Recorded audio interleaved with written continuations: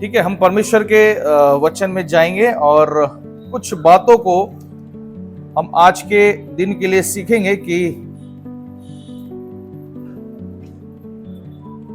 प्रभु का जो दिन है और विशेष दिन हम लोगों को दिया गया है, और आज का दिन में बहुत सारा संदेश हो सकता है, बहुत सारी बातें हैं निकल कर आता है जो हमें गहरा शिक्षाओं को देता है और हमें यह बताता है। जैसे हम लोग जानते हैं कि उस दिन क्या हुआ, प्रभु यीशु मसीह आए, ठीक है, और लोग खजूर की डाली को रखे, अपने कपड़ों को बिछाएं, बहुत सारे चीजों को वहां पे किया गया। और यहां देखते हैं कि अंतिम पड़ाव में यीशु मसीह जहां से निकले थे वहां पे वापस आते हैं कुछ संदेश को देने के लिए, कुछ बातों को करने के लिए। और हम देखते हैं इस दिन का नाम रखते हैं खजूरी इतवार, पाम संडे जिसको बोलते हैं। क्या है ये पाम संडे? एक सवाल होता है, ये खजूरी ही इतवार क्यों कहा गया? इसको कुछ और कह सकते थे, लेकिन खजूरी ही इतवार इसको क्यों कहा गया? सवाल है या नहीं है? कुछ और ट्री भी कह सकते थे, बनाना ट्री कह सकते थे, मैंगो ट्री डाल सकते थे, लेकिन खजूरी ही इतवार क्यों कहा गया? आइए कुछ बातों को, विशेष बातों को मैं आपके सामने रखूं। उससे पहले कुछ वचन आपके सामने रखना चाहता हूं, तो आप जिनके पास बाइबल है आप निकाल लें।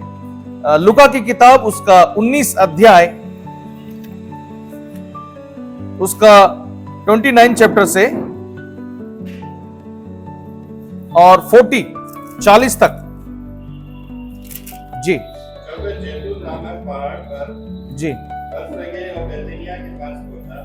तो उसने अपने चेलों में से दो को एक भेजा, जी, सामने के गांव में जाओ, और उसमें पहुंचते ही एक गधी का बच्चा जिस पर कभी कोई सवार नहीं हुआ, जी, बंधा हुआ तुम्हें मिलेगा, उसे खोलकर ले आओ। यदि कोई तुमसे पूछे कि क्यों बोलते हो, तो यह कह देना कि प्रभु को इसका प्रयोजन है। जो भेजे गए थे उन्होंने जाकर जैसा उसने उनसे कहा था वैसा ही पाया। जी। जब वे गधे के बच्चे खोल रहे थे तो उसके मालिकों ने उनसे पूछा, इस बच्चे को क्यों खोलते हो? उन्होंने कहा, प्रभु का इसका प्रयोजन है। जी। तो उसको यीशु के पास ले आए, जी, और अपने कपड़े उस बच्चे पर डालकर यीशु को उस पर बैठा दिया।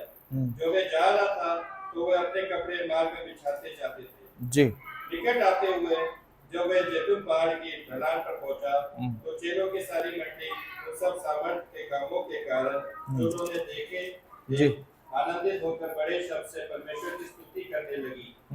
धन्य है राजा जो प्रभु के नाम से आता है, स्वर्ग में शांति और आकाश मंडल में महिमा हो।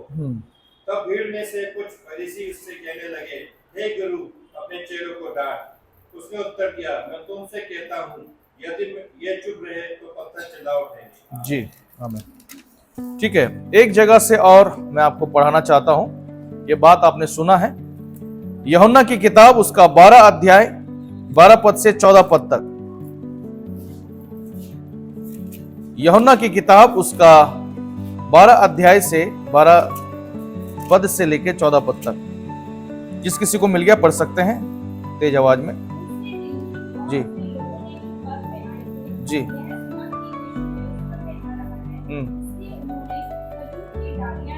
और जी।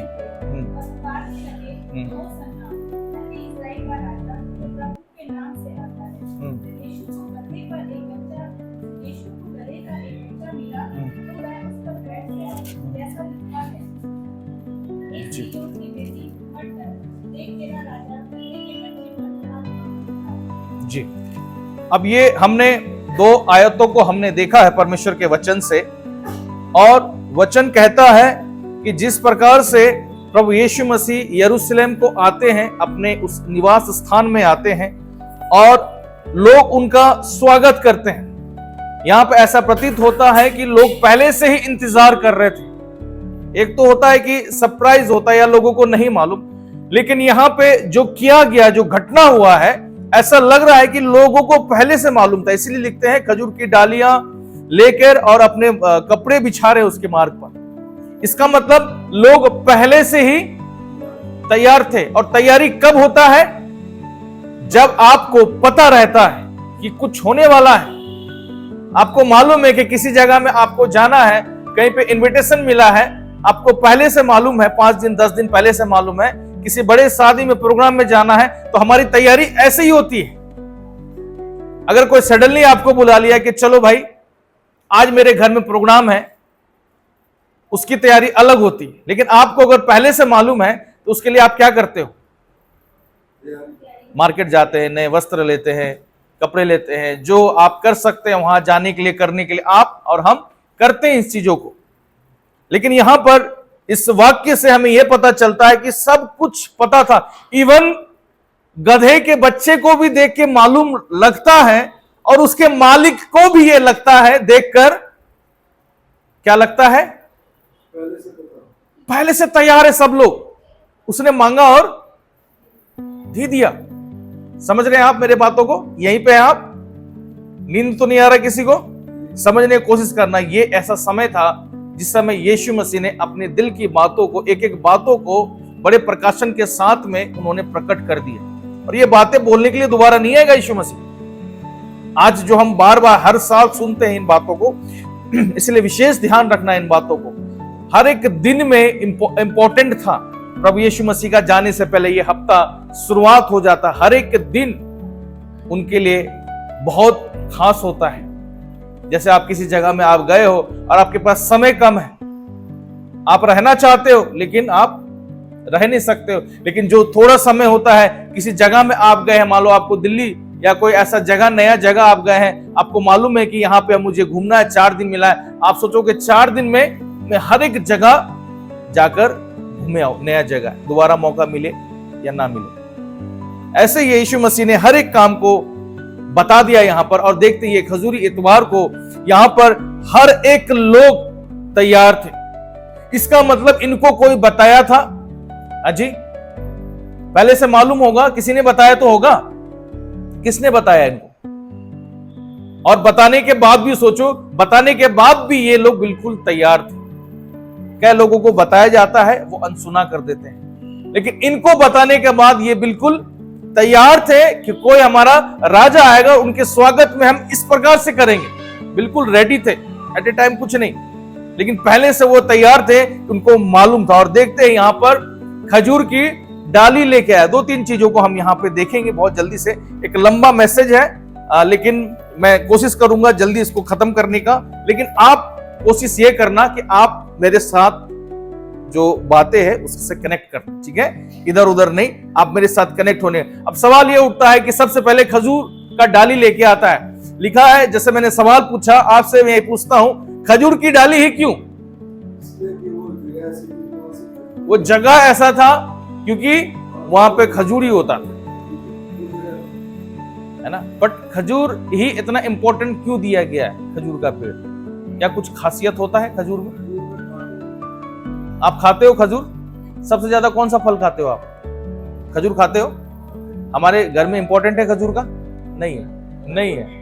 ज्यादातर हमारे घर में केला मिलेगा, एप्पल मिलेगा, यही होता है। खजूर कितना खाते हैं पूरे साल में, मुझे बताओ? बहुत कम।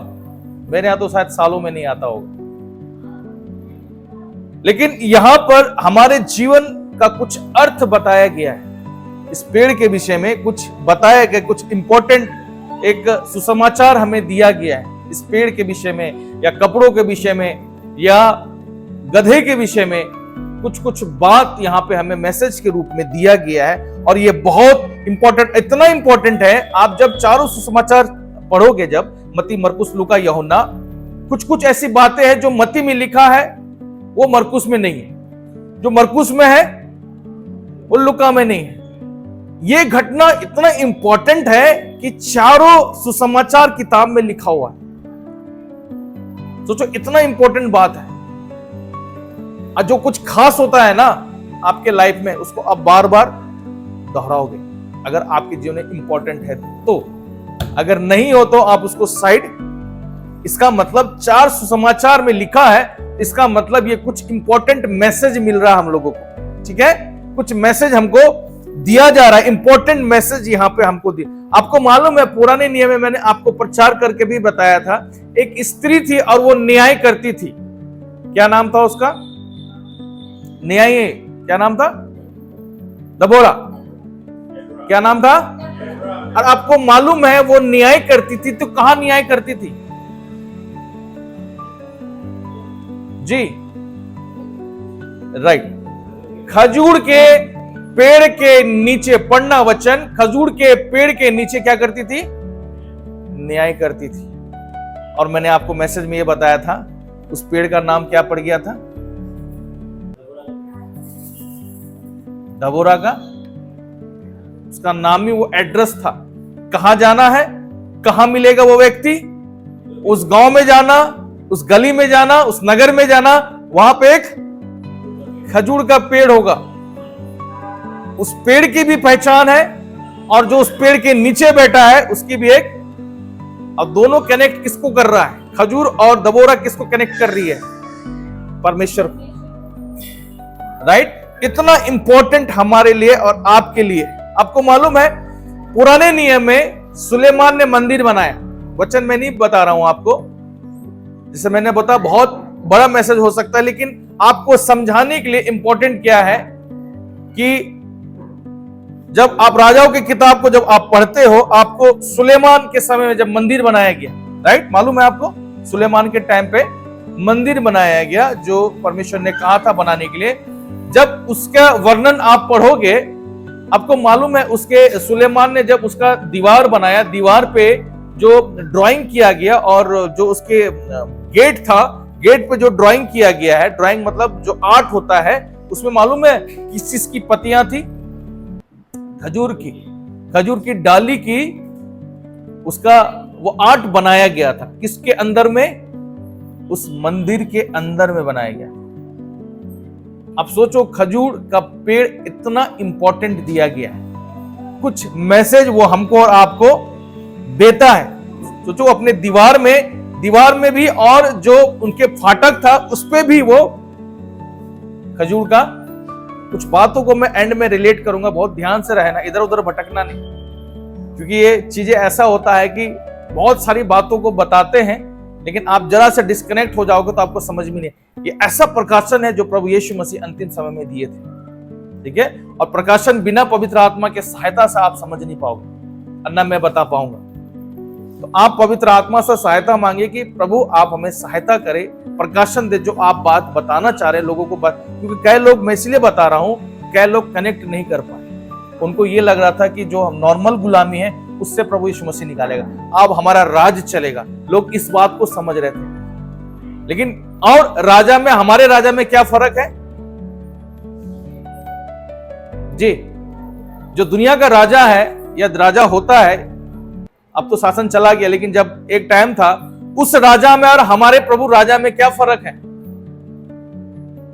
वो राजा अपनी बढ़ोतरी चाहता था जी, वो राजा अपनी बढ़ोतरी चाहता था सारे राज्य उसके कब्जे में ले जी। वो मार के अपने राज्य को ले लेता था, वो दूसरे को मारकर अपना राज्य ले लेता, ये अपने आप को मारकर, समझ रहे हैं? ये हमारे राजा में फर्क है। ये राजा हमको वो सुख और शांति देता है। इसीलिए देखते हैं किस प्रकार से इसका एक ताकत, इसकी एक पहचान है। एक आयत और मैं समझने के लिए आपको बताना चाहता हूं कि प्रकाशित वाक्य उसका 7:9, ये जैसे मैंने आपको बोला, ये किस चीज का एक प्रतीक है? क्या दिखाता है ये पेड़, ये पत्तियां क्या दिखाती है, ये खजूर का डाली क्या हमको एक मैसेज देता है, वो क्या चीज है? प्रकाशित वाक्य उसका 7:9 जी। इसके बाद जोर से पढ़िए, इसके बाद मैंने दृष्टि की, इसके बाद मैंने दृष्टि की जी, और देखो हर एक जाति और कुल और लोग और भाषा में से एक ऐसी, हर एक जाति में से, हर एक कुल में से, हर एक भाषा में से, हर एक भाषा में से और एक ऐसी बड़ी भीड़ जिसको गिन नहीं सकता जी, हाँ, श्वेत वस्त्र पहने हुए, और अपने हाथों में सुनो, दर्शन में देख रहे हैं ऐसी बातों को, दर्शन में दिख रहा है ये बातें। इससे भीड़ जो अलग अलग लैंग्वेज के, अलग अलग रहने वाले, अलग अलग चीजों में ऐसे भीड़ आ रही है, और उसके हाथ में क्या है? डालियां लिए हुए जी सिंहासन के सामने और मेमने के सामने खड़ी है। हालेलुया। किसके सामने है? प्रभु यीशु मसीह के सामने। सिंहासन के पास, मेमने के पास, ये वो आकर उसके सामने जा रहे। ऐसी भीड़ आ रही है, लोग उसके पीछे चल रहे थे। लोगों को यह लग रहा था उसके पीछे पीछे चलकर जो हम उस जगह में यरूशलेम में एंट्री करेंगे और इसके ऊपर कब्जा ले लेंगे। मंदिर के ऊपर में जो लड़ाई चल रहा, आज तक लड़ रहा है, लोग सोच रहे हैं हम उसके ऊपर कब्जा ले लेंगे। लेकिन वो जो सफर यीशु मसीह स्टार्ट किए थे गधे के ऊपर बैठ के, वो सफर सिर्फ इजराइल तक नहीं था, वो सिर्फ दुनिया तक नहीं था, पर वो सफर में लेके जाना चाह रहे थे। वो एक मार्ग बना रहे थे कि मैं तुमको वहां तक लेके जाने। कहां पे? उस सिंहासन के पास। ये सिंहासन ने जो दुनिया के अंदर बैठा है, उसको लग रहा अब मेरे में से एक नेता बनेगा जो अब हमारा राज चलेगा। यही होता है दुनिया में, अपने बीच में से हम नेता चुनते हैं, जो हम जो कहते हैं वो करता है। लेकिन प्रभु यीशु मसीह इस राज की नहीं, लेकिन उस राज की तैयारी कर रहा था और उस राज में हमको और आपको लेके जाना चाह रहा था। लेकिन लोगों का क्या हुआ?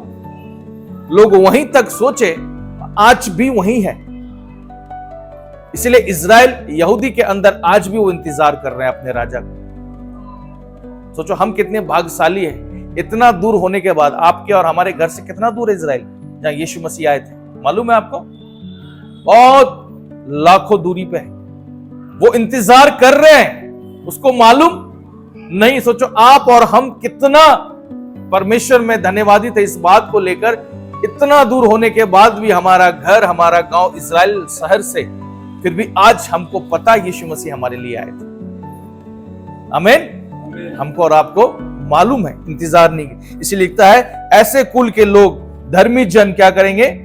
खजूर लेकर आएंगे। इसलिए लिखता है ना, वचन जब आप पढ़ते हो, लिखा है धर्मी जन कैसे होंगे। एक जगह लिखा है भजन संहिता में, खजूर की डाली की नाई फलेंगे और फूलेंगे। बहुत सारा आयत मैं आपको बता सकता हूं। खजूर की नाई फूलेंगे और फलेंगे। ठीक है, कुछ खासियत देखते हैं इसके विषय में। इस खजूर के पेड़ में हम कोशिश ये करेंगे, जो मैसेज प्रभु यीशु मसीह ने दिया है ना। अभी मालूम है कि फिर बाद में आगे जाके एक पेड़ के पास में सोमवार का वो दिन होता है जहां पे एक पेड़ के पास यीशु मसीह जाता है और उसमें फल, वो कौन सा पेड़ था? अंजीर का पेड़ था। वहां जाते हैं और क्या देखते हैं? फल नहीं है और उसको सुखा देते हैं। तो इसलिए प्रभु चाहता है कि हम फलवंत वृक्ष के समान है। ठीक है, पहली बात है, ये पेड़ ऐसा पेड़ होता है कि जो अगर इसको टेढ़ा मेढ़ा ना लगाया जाए तो बिल्कुल ये कैसा उठता है? देखा आपने खजूर का पेड़? बिल्कुल सीधा उठता है, इधर उधर नहीं जाता है। अगर इसको टेढ़ा, बाकी पेड़ आप देखोगे ना, आपको दिखेगा, यहां बाहर निकल के देखना, काफी पेड़ है। अब देखना पेड़ कैसे लगा हुआ है। कोई पेड़ ऐसे जा रहा है, कोई दाएं जा रहा है, कोई बाएं जा रहा है, लेकिन खजूर एकमात्र ऐसा पेड़ है जो बिल्कुल सीधा ऊपर जाता है, दाया बाएं नहीं रुकता है। वचन में लिखता है ना तो तू दाया मुड़ना, ना तो तू बाया मुड़ना, है ना। इसलिए परमेश्वर का वचन कहता है बिल्कुल सीधा जाने की जरूरत है हमको और आपको, है ना। तो ये परमेश्वर का वचन कहता है सीधा जाने के लिए। पहली बात जो देखते हैं कि खजूर सीधा ऊपर जाता है। जी, अगली बात है, मैं इसके विषय में खास विषय बता रहा हूं आपको, ध्यान से सुनना। एक पेड़ को लगाने के लिए क्या चाहिए? ज्यादातर जमीन चाहिए, इंपॉर्टेंट, और ठीक है पानी। पेड़ पौधा सबसे ज्यादा पानी पे डिपेंड होता है और हवा के नमी पे। आपको मालूम है कि ये खजूर सबसे ज्यादा कहां होता है? तो कितना मैसेज है आपके लिए और हमारे लिए। सोचो कैसा जगह होता है ये, रेगिस्तान। बड़ा अद्भुत बात है ये। रेगिस्तान में ये खजूर का पेड़, खजूर सस्ता नहीं होता। खजूर सस्ता होता है क्या? महंगा होता है अगर ओरिजिनल खजूर खाओगे तो। ठीक है, खजूर का लिखता है कि वो रेगिस्तान में ही मिलता है, ज्यादातर रेगिस्तान में अच्छा होता है। अब सोचो ये हमारी कल्पना से कितना बाहर है। एक ऐसा पेड़ रेगिस्तान जहां शब्द सुनने पे पता चलता है कि यहां तो कुछ नहीं हो सकता, वहां लिखता है कि वहां खजूर का पेड़ होता है और रेगिस्तान में ही होता है अच्छा से। ये अद्भुत बात नहीं है आपके लिए, हमारे लिए? कोई बोले कि भैया यहां होता वहां होता, लेकिन खजूर का पेड़ होना बहुत एक चीजों को दिखाता है। पहली बात आपको मालूम है, जैसे हमने बोला कि खजूर का पेड़ ऊपर जाता है, और खजूर का जड़ जो है बहुत नीचे जाता है, बहुत नीचे जाता है। अब रेगिस्तान में आपको मालूम है, जैसे हम लोगों को यहाँ बारिश है, वहां बिल्कुल ड्राई। रेगिस्तान का मतलब क्या है? सूखा, ड्राई मिलता है। अब सोचो रेगिस्तान में जो हवा चलता है उसमें नमी नहीं होता है। हमारे यहाँ नमी होता है ना, आपने देखा होगा, कभी आपने गाड़ी लगाया होगा और सुबह जब आप उठते हो तो अर्ली मॉर्निंग गाड़ी के सीट के कवर के ऊपर में क्या रहता है? एक मॉइस्चर रहता है। कहां से आता है वो हवा में नमी होता है। इसलिए जब आप, कई लोग बोलते हैं कि अगर आंखों को तेज करना है तो खाली पैर बिना चप्पल बिना जूते के ऊपर घास के ऊपर चलो। क्यों? उसके ऊपर जो नमी होता है सुबह के समय में, वो आपकी आंखों की रोशनी के लिए अच्छा होता है। लेकिन रेगिस्तान में तो वो भी नहीं है, हवा में भी नमी नहीं, फिर भी खजूर बढ़ता। क्या ऐसा कारण? आप समझ सकते हैं। यहां प्रभु कहता है इसलिए उसके समान बनो। एक वचन कहता है ना, आप जब एक वचन करोगे, यहां लिखा है कि जड़ उसका नीचे जाता।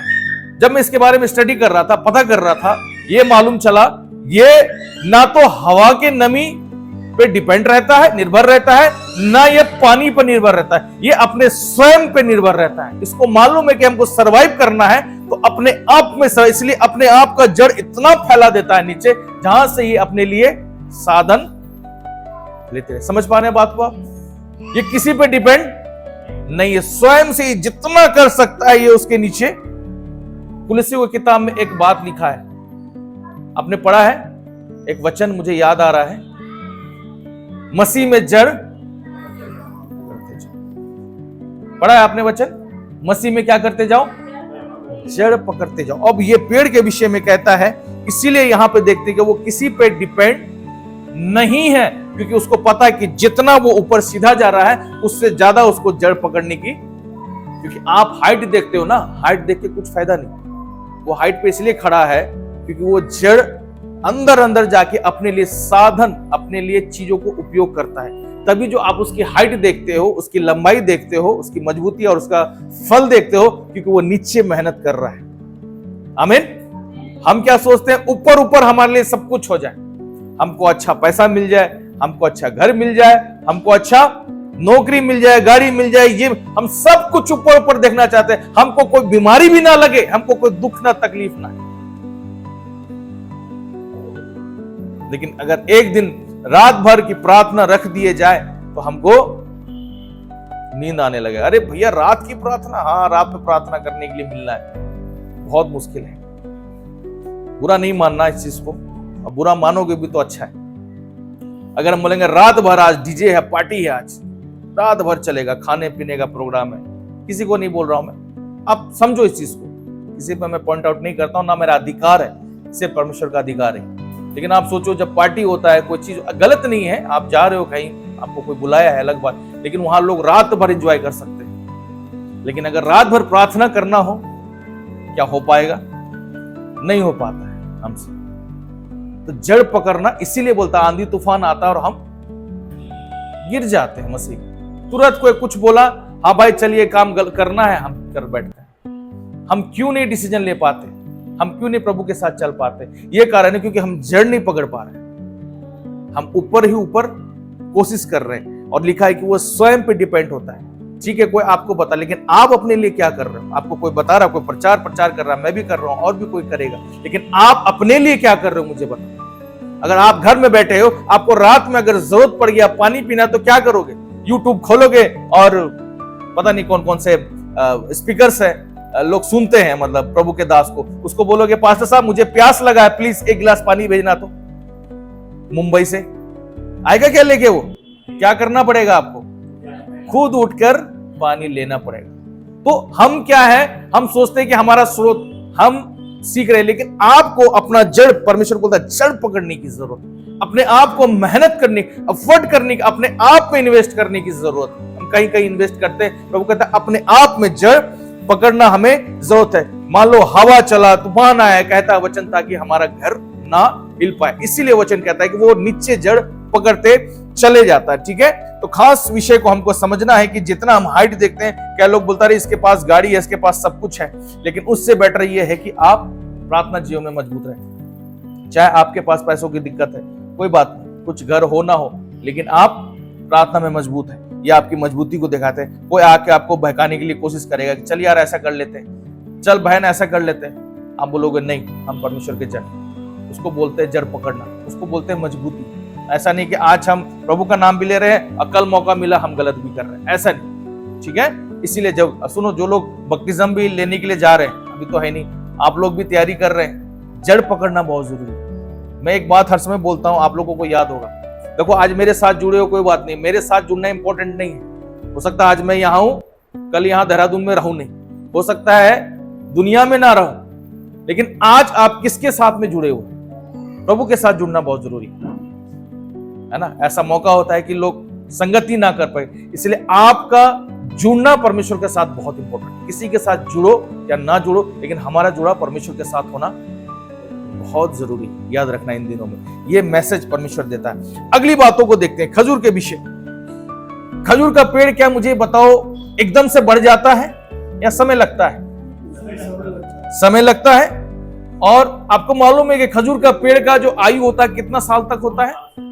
हाँ जी, 100 से 140 साल तक वो पेड़ जीवित रहता है। कितना साल?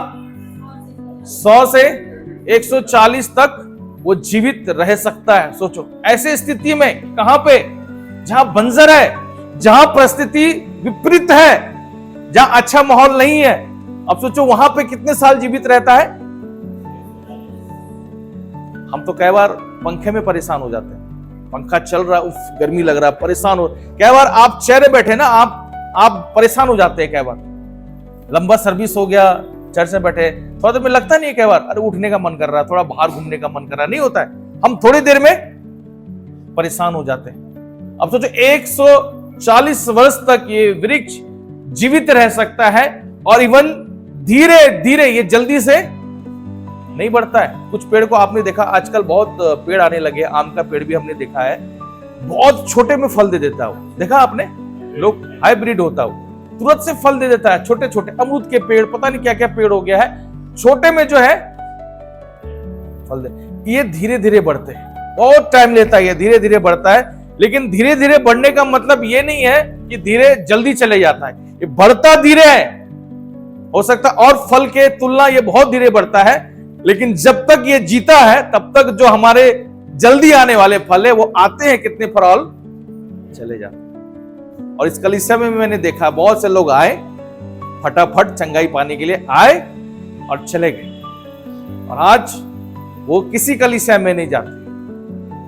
ठीक है, कल भी मेरे पास किसी का फोन आया नाइट में, एक व्यक्ति बोले कि आप पादी साहब आप गुस्से में हो। मैं बोला कि मैं गुस्सा में नहीं हूं, मैं तो अपने दुश्मन से भी प्यार करता हूं। आपने मुझे बाहर कर दिया हर चीज से। हम बोले आपको मैंने बाहर नहीं किया, आपको जरूरी है कि आप मसीह के साथ जुड़ो।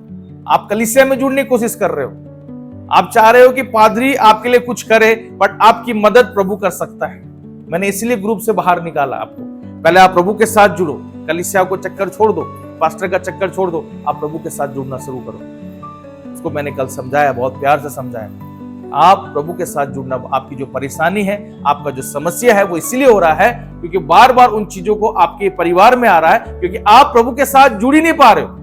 आप कभी ये कलीसिया आ रहे हो, कभी उठ के वो कलीसिया जा रहे हैं। यही हो रहा हमारे साथ। अच्छी कलीसिया अगर मिला है तो आपको जुड़ के रहना है, लेकिन उसके साथ में आपको प्रभु के साथ जुड़ना बहुत जरूरी है। तो पेड़ के विषय में कहता है कि वो धीरे धीरे बढ़ता है, लेकिन अंत समय तक जाता है। इसलिए कोई जरूरी नहीं है अगर आपको नहीं हो पा रहा है, एक दिन फास्ट नहीं कर पा रहे हो, आप 1 घंटा नहीं कर पा रहे हो, कोई बात नहीं, धीरे धीरे।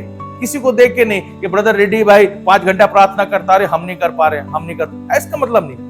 अगर वो 1 घंटा 5 घंटा कर रहे हैं, आप 10 मिनट से स्टार्ट करो। किसी को देखना नहीं है, मेरे को देखना नहीं, मैं किसी को नहीं देखता, मैं फॉलो नहीं करता, मैं सिर्फ जीसस को फॉलो करता हूँ, यीशु को। शुरू से मेरे दिमाग में ये, जब से मैं प्रभु में आया 2003 से, सीखता सभी से हूं, चाहे वो छोटे बच्चे हो बड़े हो, कोई, मैं सीखता सबसे हूं, लेकिन फॉलो मैं यीशु को करता हूं, उसके अनुसार करता हूं। ठीक है, आपको ये बोल, धीरे धीरे धीरे धीरे आप चलो और चीजों को समझो, एक लंबा आयु को आप लोग देख पाओगे। और यहां वचन कहता है धीरज के साथ, धीरज दिखा रहा है। ये पेड़ क्या दिखा रहा है? हमारे जीवन में धीरज को दिखा रहा है। अगर आप सोचोगे कि भैया एक दिन में करोड़पति हो जाए या मुझे ये मिल जाए, नहीं, धीरज के साथ। वचन कहता है ना, धीरज को अपना काम, धीरज और संयम को अपना काम करने, बड़े धीरज के साथ। जल्दबाजी में कुछ नहीं होता है। जल्दबाजी में हमको सोचना है कि जल्दबाजी में काम हमारा कई बार खराब हो जाता है।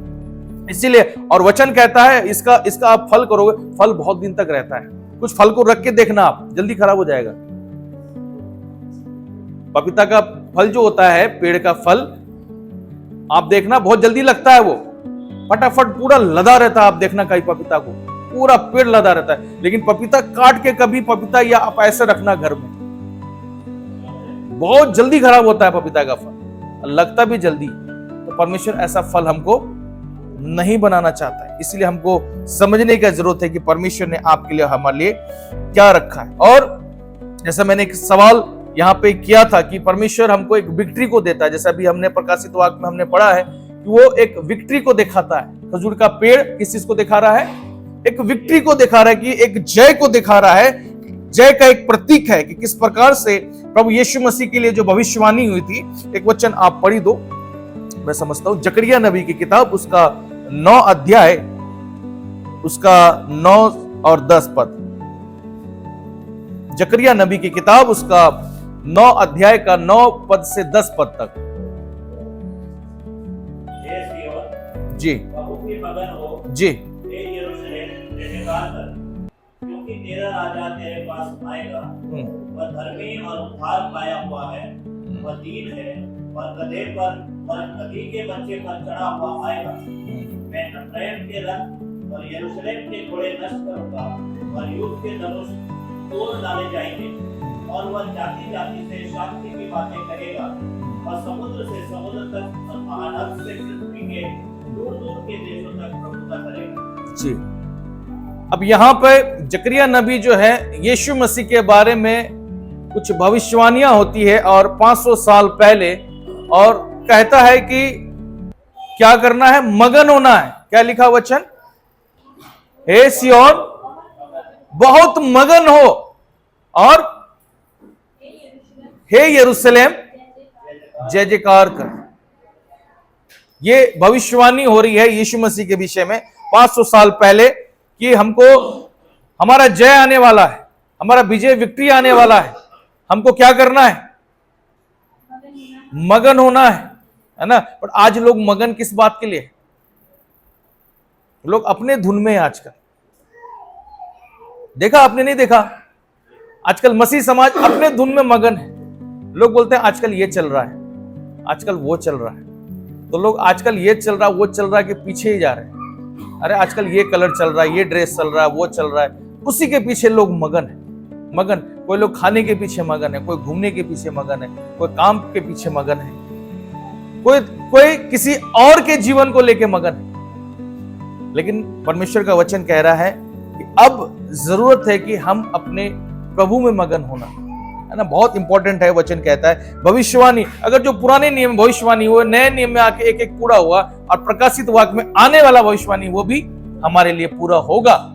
ठीक है, वो परमेश्वर ने वायदा किया। और देखते हैं यहाँ पहले ही चीजों को बताया गया है कि हमको मगन होने की जरूरत है, आनंदित होने की जरूरत है। ठीक है, तो ये एक विक्ट्री को दिखाता है जो पेड़ है। ठीक है, अब समझ में आप सबको? किसी को नींद तो नहीं आ रहा है? जोर से बोले हालेलुया, हालेलुया। नींद तो अभी आधा ही है, अभी और बाकी है। ठीक है, तैयार है आप लोग? लेट तो नहीं है? नींद आ रहा है? ठीक है, तो ये हमारे लिए मैसेज ये है कि क्यों हमारे लिए खजूर का पेड़ है। ठीक है, कोई अगर पूछेगा तो आप जवाब दे पाओगे? नहीं दे पाओगे?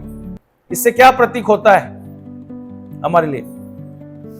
क्योंकि जब कोई राजा आता था उसके विक्ट्री के लिए, है ना, और उस पेड़ के समान, क्योंकि वो बहुत लंबा आयु तक जाता है, जड़ पकड़ता है, स्वयं पे डिपेंड रहता है, उस पेड़ के समान परमेश्वर हमको और आपको देखता है। इसलिए कहता है जैतून के नाई हमको फूलना और फलना है। ऐसा नहीं एकदम से आया और चले गए। प्रभु चाहता है धीरे धीरे चलो, लेकिन लंबा सफर तय करो प्रभु के साथ, है ना। ये प्रभु हमको चाहता है और मैसेज देना चाहता है कि एक विक्ट्री का मैसेज हमको प्रभु देना चाहता। ज्यादा समय नहीं लूंगा आपका। अब आते हैं हम गधे पे। किस पे? गधे पे। अब यहां पर यीशु मसीह, जैसे हमने वचन पढ़ा कि यीशु मसीह ने अपने चेलों को बुलाया। ठीक है, पर अब स्टार्टिंग में हमने पढ़ा वचन, बुलाया और कहा कि फल्ले गांव में जाओ और मुझे उस गांव में जाना, वहां पर एक बच्चा होगा और उसमें कोई पूछेगा तो बोलना प्रभु को इसको जरूरत है, इसलिए लेके आ जाओ। अब देखते हैं गधा का बच्चा को यरूशलेम वहां पे लेके आता है ना। अब यहां सवाल, गधा ही क्यों, घोड़ा हाथी क्यों नहीं? सबसे सीधा शांति का प्रतीक है। राइट, क्या है वो? शांति का प्रतीक। मैंने बोला ना, हर एक काम जो प्रभु यीशु मसीह ने किया उसके पीछे कुछ कुछ मैसेज है, वो हमको कुछ ना कुछ मैसेज देता है। तो एक गधा, ये दुनिया का गधा का बात नहीं कर रहा हूं मैं, यीशु मसीह ने जो गधा लिया, क्यों चढ़कर एंट्री किया यरूशलेम के अंदर, वो गधा हमको क्या मैसेज देता है? वो गधा देता, जैसा भी हमने सुना, कि वो शांति का प्रतीक है। और हमारा शांति देने वाला कौन है? हमारा प्रभु यीशु मसीह। अब यहां देखते हैं, क्या ऐसी बातों को देखते हैं, क्योंकि क्या ऐसी प्रथा भी, लोग बोलते हैं घोड़ा भी होना चाहिए था या हाथी होना चाहिए, एक राजा कैसे आता है? जैसे मैंने बोला, हमारे राजा में और संसार के राजा में फर्क है, डिफरेंट है। अब ये राजा यहूदी का अनुसार जो है, कई बार जो है उसको ये मानते थे कि ये शांति का एक प्रतीक है ना। तो अब ये वो दिखाना चाह रहे थे कि वो राजा आ रहा है, ऐसा राजा आ रहा है जिसको, जो दुनिया को शांति देने के लिए, जो दुनिया को सुख देने के लिए आ रहा है। इसलिए देखते हैं कि यहां पर एक प्रतीक के रूप में, विटनेस के रूप में। अब यहां देखते हैं तीसरी बात है, कपड़े बिछाए। पहला हमने देखा खजूर की डाली, दूसरा गधा। क्या है? गधा शांति का प्रतीक है, इसीलिए बोलता है कई बार कि हम गधे के समान बनो। लोग बोलते हैं ना, कैसे बनो? गधा, इसलिए हम गधे ही रह जाते हैं। गधा का जो प्रतीक है उसके समान बनना है, राइट? गधे के समान नहीं, हम गधे नहीं है। अनिल, कोई पूछा, बोला हम गधे नहीं है, ठीक है। लोग आजकल लोग गधे समझते हैं हम लोगों को, लेकिन बोलना है जो गधा, जो प्रतीक है शांति, इसीलिए हम शांत रहते हैं। क्यों? क्योंकि वो शांति हमें प्रभु यीशु मसीह देता है, राइट? दूसरी बात, तीसरी बात, अब उन्होंने क्या किया? क्या बिछाया? कपड़े भी बिछाए, ठीक है। अब कपड़े किस बात को दिखाता है ना? राजा के स्वागत में कपड़े बिछाना, फूल तो समझ में आता है, कपड़े बिछा दी, राइट? समर्पण। और किस चीज को दिखाता है? कभी आपने किसी का स्वागत किया कपड़ों से? ये एक यहूदी का ट्रेडिशनल था, है ना। आप समय नहीं है, लेकिन आप जब पुराने नियम में पढ़ोगे तो उस टाइम पे भी लोग अपनी राजा के लिए क्या करते थे? कपड़े बिछा देते थे, कपड़े बिछा दिया करते थे। उससे ये है कि वो उस राजा को बोलता था, घोषणा कर दिया कि ये मेरा राजा हो गया। जैसे किसी को बोल दिया ना कि भाई अब बोल दिए, लेकिन उसको प्रैक्टिकली लाना, मतलब राजा मान लेना। तो उसको समर्पण के साथ कपड़े डाल दिए कि राइट, मैं उसको मान लिया कि ये मेरा राजा है, उसको उठा लेते थे, है ना। और इसीलिए देखते हैं कि ये लोग सिर्फ बोले नहीं, लेकिन कपड़ा एक प्रतीक होता है कि मैं ये मान लिया कि ये मेरा, इसलिए होठों से नहीं, वचन कहता है वस्त्र ही नहीं, लेकिन अपने मन को बदलते हुए, फाड़ते हुए मेरे पास आना। तो इसीलिए आपके बोलने में नहीं, लेकिन आपके एक्शन में भी, आपके कार्य में भी समर्पण होना चाहिए प्रभु के साथ में, ठीक है। तो कपड़ा इस चीज को विटनेस है। दूसरी बात, इसमें एक खास विषय है जो मैं समझता हूं कि ये क्या करते हैं कि कपड़े उठाकर, ठीक है, ये एक विटनेस को दिखाता है। विटनेस मतलब एक गवाही को दिखाता है। अब ये राजा इसके ऊपर में चला। आपने देखा है कभी कोई अच्छे लोग मिल गए, आपने टीवी में या कहीं देखा होगा, लोग अपना बोलते हैं कि भैया मेरा सिग्नेचर कर देना। बड़े बड़े स्टार्स को मैंने देखा है, किसी को लोग बोलते हैं कि यहाँ लोग सिग्नेचर मारते हैं। और उसको क्या करते हैं? सिग्नेचर मार के। स्कूल में भी देखा होगा आपने, जब 12th हो जाता है तो बच्चे आपस में सिग्नेचर मारते हैं सबको। उसका क्या मतलब होता है? विटनेस। वो उस कपड़े को लेते हैं और क्या करते हैं? घर में लाकर, क्यों? वो जीवन भर आप उसको देखोगे कि ये बंदे इस समय में ऐसा हुआ था और वो मेरा आई विटनेस है ना। उसके बाद उठा के उसको आने वाले पीढ़ी, पिछले संडे में मैंने कुछ बोला था ना, कुछ पत्थर के विषय में बताया था मैंने, 12 गोत्रों के विषय में। वो कंधे पे उठा के लेके जा रहे थे, क्यों? विटनेस, ताकि वो तो देख रहे हैं लेकिन आने वाले जनरेशन भी देखेंगे, विटनेस होंगे, उनके नाती पोते बच्चे सब देखेंगे कि देखो सालों पहले ये घटना घटना हुई थी। विटनेस के रूप में यहां देखते हैं कपड़ा एक विटनेस को दिखाता है ना। आप और हमारे परिवार में कैसे जानेगा लोग? कई परिवार में इस बात के लिए बड़ा दुखित मन होता है, बच्चे क्रिश्चियन रिलीजन को फेस्टिवल मानते हैं। समझना मेरी बातों को, बस अब एंड में है। फेस्टिवल मानते हैं, त्योहार मांगते हैं। बहुत से क्रिश्चियन परिवार में देखें, बोलते पापा मम्मी क्रिसमस आ गया, ईस्टर आ गया, नए कपड़े चाहिए, खाना पीना चाहिए, ये चाहिए। लोग ऐसे मनाते हैं, मतलब सोचते हैं अच्छा खाना कोई गलत नहीं है, अच्छा कपड़ा पहनना कोई गलत नहीं है, लेकिन आप उस दिन को फेस्टिवल मान रहे हो, एक पर्व मान रहे हो। आप वचन पढ़ते हो, आपको पता होगा परमेश्वर ने कहा मैं तुम्हारे त्योहारों से उग गया हूं। पढ़ा आपने? पढ़ा मलाकी किताब में, मैं तुम्हारे रीति एंड रिवाजों से उग गया हूं, अब मैं तुम्हें उगलने पर हूं। पढ़ा नहीं पढ़ा? मुझे बड़ा झटका सा लगता है वचन जब पढ़ता हूं मैं कि प्रभु हम क्रिसमस भी मना रहे, ये मना रहे। मतलब कहने का मतलब ऐसा नहीं है कि अगर उस प्रोग्राम में आपका और हमारा मोटिव ये अच्छा पहनना, अच्छा खाना, अच्छा घूमना, तो वो हमारे लिए फेस्टिवल हो गया। लेकिन उस गहराई को अगर आप और हम समझते हैं कि क्यों हम ईस्टर के रूप में मनाते हैं या क्रिसमस के रूप में मनाते हैं, तो हम सही जगह पे हैं। और यहां आपको एक बात बोलकर, एक सिंपल से चीजों को विटनेस के विषय में बोला, एक अच्छा सा एग्जांपल मैं आपको देके मैं एंड करना चाहता हूं। अब्राहम को सब जानते हैं आप, राइट? अब्राहम के विषय में आपने सुना है कई बार। अब्राहम को परमेश्वर ने बोला बलिदान करना है। किसको? इसहाक को बलिदान करना है। और इसहाक कौन था अब्राहम का? एक लौता पुत्र। वो भी कितने साल के बाद में हुआ वो पुत्र, और उसको परमेश्वर ने कहा कि मेरे लिए इसको क्या करो, बलिदान के रूप में। सब जानते हैं, ठीक है। अब अब्राहम क्या करता है? अब्राहम जब वहां से चलता है, वचन क्या बोलता है?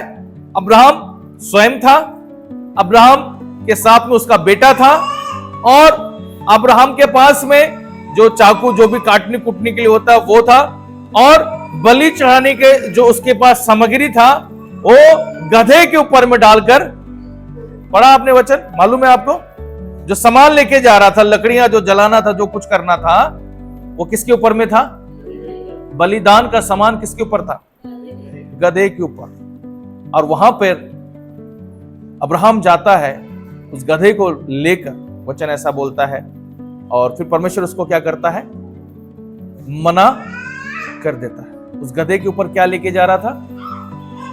बलिदान के रूप में। और इस गधे के ऊपर में कौन बैठा था? यीशु मसीह हमारे लिए स्वयं बलिदान बन गया। क्या अब्राहम को बलिदान देना पड़ा? नहीं देना पड़ा। अब यहां पे वही गधा के ऊपर में कौन बैठा है? यानी हमारा यीशु मसीह, जहां आपको और हमको बलिदान देना था, हमारे और आपके लिए स्वयं उस गधे पे बैठकर उस पर्वत पे चढ़ा और बलिदान दे दिया। इसलिए अब्राहम को बलिदान देने की जरूरत नहीं पड़ी। लिखा है ना, इस गधे पे बैठकर मेमना जा रहा था। कौन जा रहा था? वेद होने के लिए। लोग राजा राजा चिल्ला रहे थे, यहां पर यीशु मसीह स्वयं जा रहे थे। ये किस चीज को दिखाता है? गधे के ऊपर बैठना यीशु मसीह का छुटकारे को दिखाता है, हमारा उद्धार को दिखाता है कि इस गधे के ऊपर में एक मेमना बैठ के जा रहा है। इसलिए वचन लिखा है कि मेमने के लहू के द्वारा हमारा छुटकारा, हमारा आजादी हो गए। बलिदान को दिखाता है। जिस बोझ के ऊपर हम और आप दबे हुए थे, आज बहुत फ्री महसूस करते हैं हम लोग, है ना, आजाद महसूस करते हैं। याद रखिएगा, ये सब कुछ अपने ऊपर ले लिया, सारा बलिदान अपने ऊपर ले लिया। आज इसीलिए हम उस चीजों को हम देख पाते हैं कि यहां पर कुछ मैसेज देता है। ठीक है, तो ये परमेश्वर का वचन है जो हमको बहुत गहराई बातों को बताता है। तो सबसे पहले बात हमें क्या सिखाता है? खजूर का पेड़ क्या मैसेज देता है जी? एक विक्ट्री को दिखाता है ना। और कैसा विक्ट्री? किसी के द्वारा नहीं लिया गया, स्वयं के द्वारा। तो ये आज के दिन आपको क्या मैसेज देता है? हमको मेहनत करना है। धीरे चलो, कोई बात नहीं, ज्यादा कुछ नहीं कर पा रहे हो, धीरे चलो, लेकिन एक लंबा समय तक प्रभु के साथ चलना, है ना। ऐसा नहीं आए और चले गए, है ना। एक लंबा समय को दिखाता है, विक्ट्री को दिखाता है। दूसरी बात क्या देखा हमने? हेलो, गधे को देखा। किसको देखा? गधे को देखा, गधे क्या दिखाता है? शांति का प्रतीक है वो, है ना, वो शांति का प्रतीक होने के कारण इसलिए आज प्रभु कहता है कि हमको वो हमारे जीवन में वो शांति होना बहुत जरूरी है ना। तीसरी बात कहता है कपड़े को दिखाता है। कपड़ा किस चीज को दिखाया? विटनेस, आपकी आई विटनेस को दिखाता है। आने वाले पीढ़ी के लिए आप क्या रख छोड़ रहे हो? आप क्या ये इन चीजों को नॉर्मल फेस्टिवल बनाकर, नॉर्मल त्योहार के समान, या आने वाले चीजों को पता होना चाहिए सच में हमारा प्रभु यीशु मसीह आया और सच में हमारे और आपके लिए कुर्बान हुआ था। हमारे बच्चे भी इस बात को जाने कि यीशु मसीह सच में एक ड्रामा नहीं है, लहू बहाया, दर्द हुआ उसको, हमारे सारे रोगों को उठाया, हमारे पाप को उठाया। हमारे बच्चों को सिखाना, हमारे पीढ़ी को सिखाना है इस चीजों को। हम आई विटनेस है उस चीजों का, राइट। अगला चीज कहता है, क्या था आखिरी बात? यीशु मसीह गधे पे चढ़े, किस चीज को दिखाता है? यीशु मसीह गधे पे चढ़े क्या दिखाता है?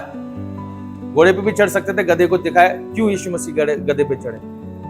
वो बलिदान को दिखाता है, वो छुटकारे को दिखाता। आपका और हमारा छुटकारा कैसे हुआ? यीशु मसीह के लहू के द्वारा। प्रभु इन वचनों के द्वारा हमें आशीष दे, सहायता करे ताकि हम प्रभु के इन चीजों को समझ पाए। और कल से आज से ही वो शुरू हो रहा है पैशन वीक, और जनरली ये है कि हम तो इसको मनाते हैं, बट इन चीजों को इनके बीच में एक बात को याद रखना कि कोई है जो आप और हमको बचाने के लिए बहुत अपने लहू को बहाया। बहुत उन्होंने कोशिश किया, 3.5 साल, ठीक है। आप ये सोचना 3.5 साल उन्होंने हमारे लिए पूरा जी जान लगाया। आज आप क्या करते प्रभु के लिए? पूरा दिन अगर 12 घंटा मिला है, आप उसके लिए क्या करते हो? एक दिन में कितना घंटा है? 12 घंटे में आप क्या करते हो? प्रभु ये नहीं कहता है कि तुम जाके अपना जान दे दो या कष्ट करो, उठाओ। प्रभु ने उठा लिया है, लेकिन पूरे दिन में आप प्रभु के लिए क्या कर रहे हो, है ना। कहे हम 40 साल तक, हो सकता है 70 साल तक हम जिए, हो सकता है 90 साल तक हम जिए, लेकिन उस साल में क्या फायदा अगर उस आयु में हम प्रभु के साथ नहीं चल रहे हैं? तो लंबे आयु का क्या फायदा? उससे अच्छा तो एक दिन भला, जिस दिन हमारा डेथ हो और हमें ये पता चले कि हम सुबह से शाम प्रभु के साथ थे, वो बेटर है हमारे लिए। एक दिन 100 साल जीने से अच्छा है एक दिन अच्छा जो प्रभु के साथ बिताए। सहमत है आप, है ना। इसीलिए अपने समय को देना, प्रभु के साथ देना। प्रभु कई चीजों को हमको सिखाएगा और बताएगा इन दिनों में। प्रभु इन वचनों के द्वारा हम लोगों को आशीष दे। छोटा सा प्रार्थना करते हैं इस वचन के अनुसार। जितने हम लोग यहाँ बैठे हैं, इन मैसेज को हमने सुना है, और जो ऑनलाइन के द्वारा भी देखते हैं, बहुत से लोग इस चीजों को देखते हैं। हम यही प्रार्थना करते हैं कि ये चीजें हमारे जीवन में आत्मिक छुटकारे को लाता है। ये चीजें हमारे जीवन में आत्मिक ग्रोथ को लेके आता है, जिसके द्वारा प्रभु यीशु मसीह अपने उपदेश के द्वारा जब आगे बढ़ते हैं, वहां मंदिर जाते हैं, लोगों को उपदेश देते हैं, बताते हैं, ताकि वहां जो व्यापार होता है, जो चीजें होना शुरू हो जाती है, वहां परमेश्वर प्रभु यीशु मसीह जाकर बताना शुरू करते हैं। और लोग उसके ऊपर सवाल करते हैं कि तू छुटकारा दे रहा है, तू चंगाई दे रहा है, तू इन बातों को कर रहा है, किसके अधिकार से कर रहा है? तूने हमारे बिजनेस को बंद कर दिया। प्रभु यीशु मसीह का सारी बातों को कहने का मतलब यह है कि हम जो कुछ कर रहे हैं प्रभु के नाम से, लेकिन अगर उसमें प्रभु की मर्जी नहीं है, प्रभु का महिमा नहीं है, प्रभु का आदर नहीं है, प्रभु उन चीजों को पसंद नहीं करता। और वो चीजों को अपने जीवन से हटाना, अपनी मंडली से हटाना बहुत जरूरी है, क्योंकि हम जहां पे खड़े हैं वो प्रभु का जगह है। इसलिए प्रभु इन दोनों में हमें सिखाना चाहता है, चाहे हमारा कलीसिया हो, हमारा घर हो, हमारा जीवन हो, वो प्रभु को केवल महिमा मिलने पाए, प्रभु को आदर मिलने पाए, और प्रभु की मर्जी हमारे जीवन से पूरा होने पाए। इसलिए आज संसार में कैसे नियमों को लेके चलते चले जा रहे हैं, विधान को लेके चले जा रहे हैं, और इसीलिए कई ऐसे बंधनों में लोग फंसे पड़े हैं। आज प्रभु चाहता है, इसीलिए उस गधे के ऊपर में एक मेमना बैठ के गया है, ताकि उस नियम से, उस बंधनों से हम आजाद हो सके। हमारा छुटकारा यीशु मसीह में है।